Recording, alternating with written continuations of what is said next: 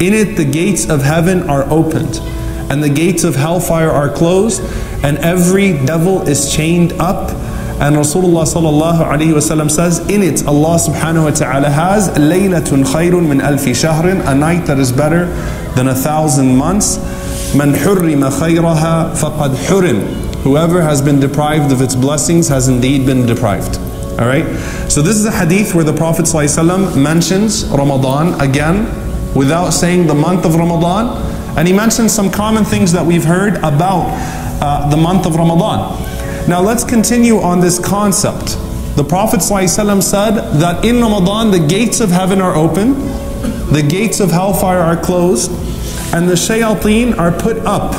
Rasulullah ﷺ said in another hadith, which is authentic, he says, إِذَا جَاءَ رَمَضَانَ فُتِحَتْ أَبْوَابُ الْجَنَّةِ وَغُلِّقَتْ أَبْوَابُ النَّارِ وَصُفِّدَتِ الشَّيَاطِينَ. The Prophet ﷺ says, when Ramadan comes, the gates of paradise are open, the gates of the fire are locked, and the shayateen are locked up.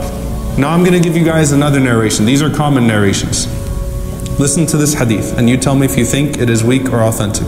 Rasulullah ﷺ says, إِذَا دَخَلَ رَمَضَانُ فُتِحَتْ أَبْوَابُ الرَّحْمَةِ وَغُلِّقَتْ أَبْوَابُ جَهَنَّمْ وَسُلْسِلَتِ الشَّيَاطِينَ. When Ramadan begins, the gates of mercy are opened, the gates of the fire are closed, and the devils are chained up.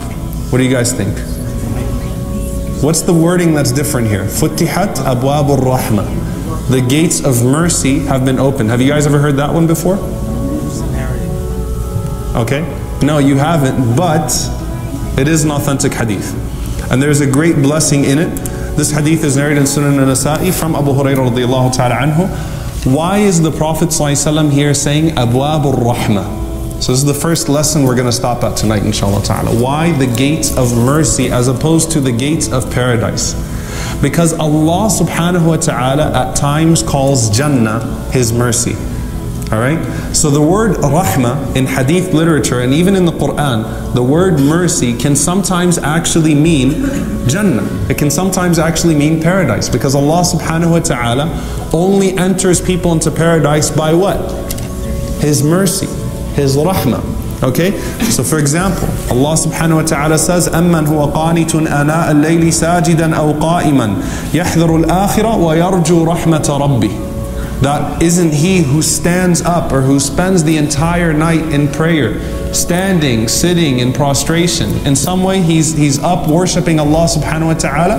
يَحْذَرُ الْآخِرَةَ وَيَرْجُو رَحْمَةَ رَبِّهِ. And he fears the hereafter, and he desires the mercy of his Lord. Here, يَحْذُرُ الْآخِرَةِ. Al-akhirah here means, the hereafter here means hellfire. وَيَرْجُو رَحْمَةَ رَبِّي. And he wants the mercy of his Lord. The rahmah of Allah subhanahu wa ta'ala here means his Jannah. So the Prophet ﷺ refers to Al-Jannah in one of the hadith here about Ramadan as the mercy of Allah subhanahu wa ta'ala, and Allah subhanahu wa ta'ala does the same thing.